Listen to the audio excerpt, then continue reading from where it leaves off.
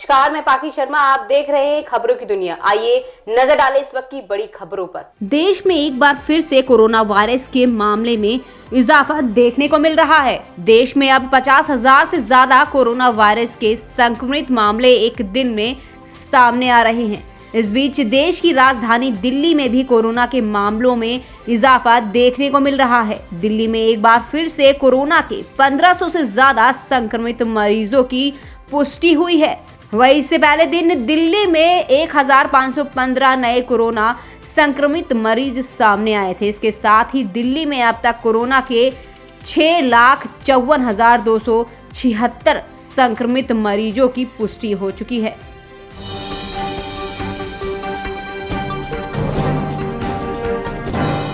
State intelligence विभाग की शिकायत के बाद फोन टैपिंग मामले में अज्ञात व्यक्ति के खिलाफ साइबर सेल में मामला दर्ज किया गया है। शिकायत में कहा गया है कि इंटेलिजेंस विभाग के गुप्त पत्र गैर कानूनी तरीके से हासिल किए गए हैं। वही अब ऑफिशियल सीक्रेट एक्ट 1930 की शाखा 5 के तहत भारतीय टेलीग्राम अधिनियम 1885 की धारा 30 के तहत अज्ञात व्यक्ति के खिलाफ मामला दर्ज किया गया है। दरअसल फोन टैपिंग मामले में नेता विपक्ष देवेंद्र फडणवीस ने सरकार पर गंभीर आरोप लगाए थे। बवाल मचने के बाद महाराष्ट्र के मुख्यमंत्री उद्धव ठाकरे ने राज्य के मुख्य सचिव सीताराम कुंटे से रिपोर्ट तलब की थी।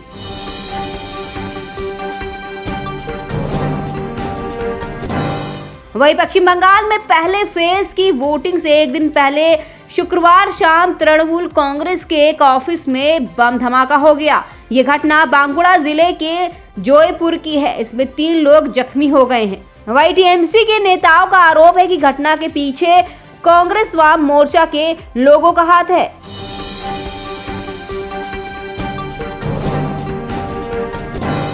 इंग्लैंड ने टीम इंडिया को दूसरे वनडे में 6 विकेट से हराकर 3 मैच की सीरीज 1-1 से बराबर कर दी है। अब निर्णायक और आखिरी मुकाबला 28 मार्च को पुणे में ही खेला जाएगा। भारतीय टीम को इंग्लैंड के खिलाफ पिछले 5 वनडे में चौथी बार हार मिली है।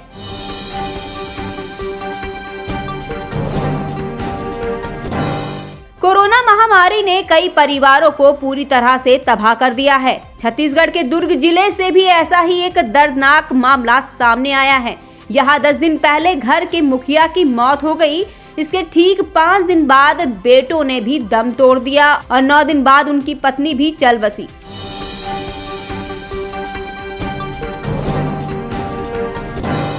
भोपाल में होली समेत दूसरे त्योहारों पर सार्वजनिक आयोजन पर रोक लगा दी गई है। अब लोग सिर्फ घर पर रहकर ही त्योहार मना सकते हैं। होली पर सोमवार के दिन प्रशासन ने अघोषित लॉकडाउन कर दिया है। जो आदेश जारी हुआ है उसके अनुसार सोमवार को सभी दफ्तर, दुकानें और मार्केट पूरी तरह से बंद रहेंगे। बेवजह आने जाने पर भी पाबंदी रहेगी। इसके साथ ही रात का कर्फ्यू भी अब रात 10 बजे की जगह 9 बजे ही शुरू हो जाएगा।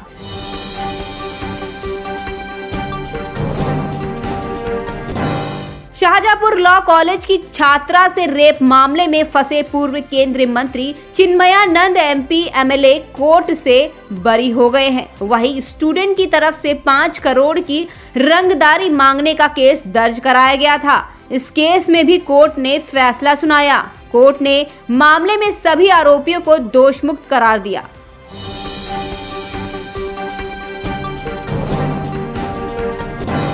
देश में कोरोना की लहर एक बार फिर जोरों पर है। वहीं अगले सप्ताह से त्योहारों का दौर शुरू होने वाला है। ऐसे में गृह मंत्रालय ने सभी राज्यों और केंद्र शासित प्रदेशों को खत लिखकर सतर्क रहने को कहा और मंत्रालय की तरफ से जारी किए गए इस खत में लिखा है कि आने वाले त्योहारों होली, शब-ए बारात, बैसाखी पर्व, ईद उल फितर को देखते हुए सभी राज्य भीड़ पर सख्ती रखें। राज्य इस बात का ख्याल रखें कि लोग कोविड प्रोटोकॉल का ठीक से ख्याल कर रहे हैं कि नहीं।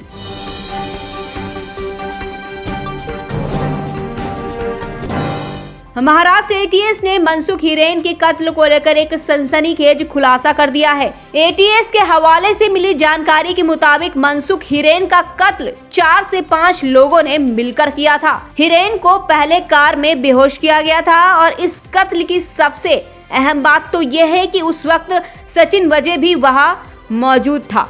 कत्ल की साजिश कुछ ऐसी रची गई कि मनसुख की हत्या के 2 घंटे बाद ही सचिन वजह वापस ऑफिस पहुंच गया था। फिर उसी रात वो मुंबई के एक बार में छापा मारता है और इस कार्रवाई के बाद वापस अपने ऑफिस जाता है।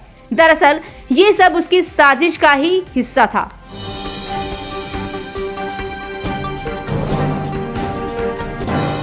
बड़ी कंपनियों में जॉब दिलाने के नाम पर बेरोजगारों को ठगने वाले 5 शातिर ठगों को दिल्ली पुलिस की साइबर सेल ने गिरफ्तार कर लिया है। इस गैंग का सरगना ह्यूमन रिसोर्स में पीएचडी और एमबीए कर चुका है। ये लोग बेरोजगार युवकों से 20 लाख रुपए तक नौकरी दिलाने के नाम पर वसूल लेते थे।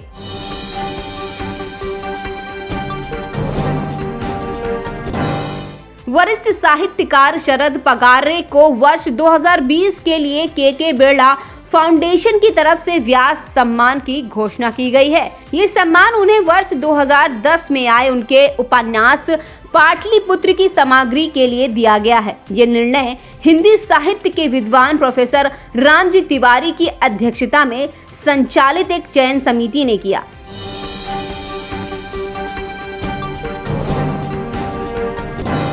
वहीं उत्तर प्रदेश में पंचायत चुनाव को लेकर शुक्रवार को अधिसूचना जारी कर दी गई। अधिसूचना के मुताबिक यूपी में कुल 4 चरणों में मतदान होंगे। 15 अप्रैल, 19 अप्रैल, 26 अप्रैल और 29 अप्रैल को ये मतदान होगा। वहीं 2 मई को वोटों की गिनती होगी। बता दें कि गुरुवार को ही यूपी सरकार ने आपत्तियां निस्तारित कर फाइनल आरक्षण सूची जारी कर दी है।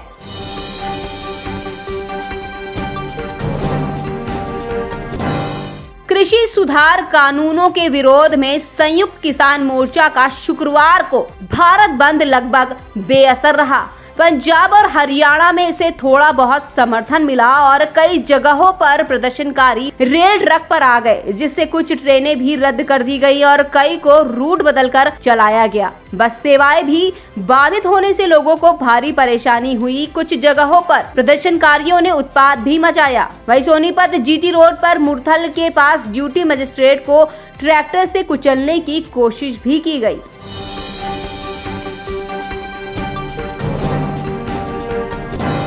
भारत और पाकिस्तान की सेनाओं ने शुक्रवार को पुंछ रावलकोट चौराहे पर एक ब्रिगेडियर स्तर की बैठक की। जम्मू कश्मीर में एलओसी पर संघर्ष विराम को लेकर बीते दिनों हुए समझौते का पालन कराने को लेकर आयोजित की गई ये एक फेलोशिप बैठक थी। सेना ने ट्वीट कर बताया कि 26 मार्च को पुंछ रावलकोट क्रॉसिंग पॉइंट पर भारतीय और पाकिस्तान सेना के बीच एक ब्रिगेड कमांडर स्तर की फ्लैग मीटिंग हुई है।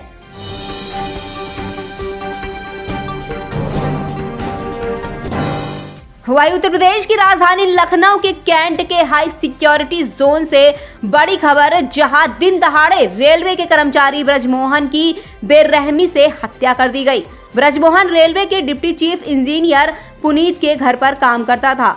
बता दें कि शुक्रवार दोपहर पड़ोस में काम करने वाले कर्मचारी विनय कुमार तिवारी ने सीढ़ियों पर खून से सने जूतों के निशान देखे तो पुलिस को इसकी सूचना दी। वहीं मौके पर पहुंची पुलिस ब्रजमोहन के कमरे में पहुंची तो वहां उसकी लाश देखकर होश उड़ गए। हत्यारों ने ब्रजमोहन के हाथ पैर बांधकर किसी धारदार हथियार से उनका गला रेत दिया था।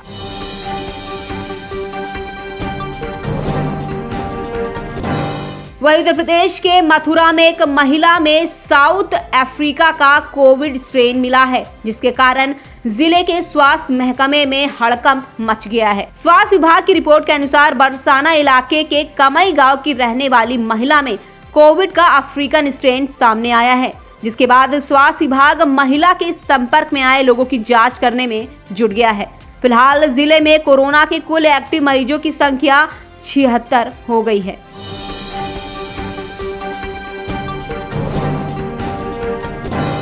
उत्तर प्रदेश के हरदोई के मौधोगंज पुलिस और आबकारी विभाग की टीम को बड़ी सफलता मिली है। यहां आगामी पंचायत चुनाव के लिए एकत्र की जा रही अवैध शराब के जखीरे को बरामद कर लिया गया है। इसके साथ ही पुलिस ने कार्रवाई करते हुए 3 लोगों को गिरफ्तार भी किया है। इनमें से 2 माधोगंज थाना इलाके और एक कछौना इलाके का रहने वाला है।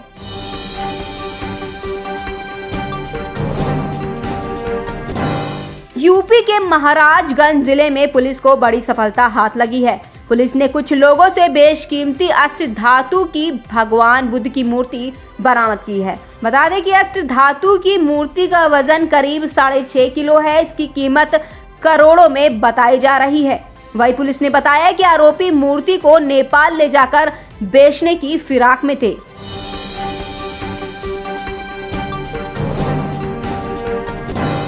पश्चिम बंगाल विधानसभा चुनाव के पहले चरण का मतदान शुरू हो गया है। इस दौरान राज्य के 5 जिलों पुरुलिया, बांकुड़, झारग्राम, पूर्व और पश्चिम मेदिनीपुर की 30 विधानसभा सीटों के लिए वोट डाले जा रहे हैं।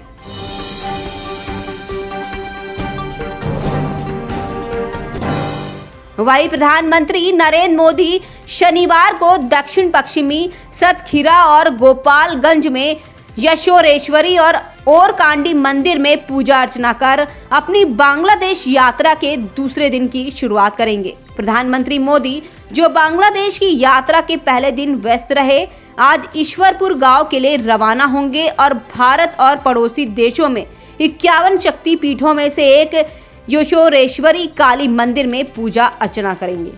ये थी कुछ बड़ी खबरें और बाकी ऐसी खबरों के लिए हमारे साथ जुड़े रहिए और देखते रहिए खबरों की दुनिया।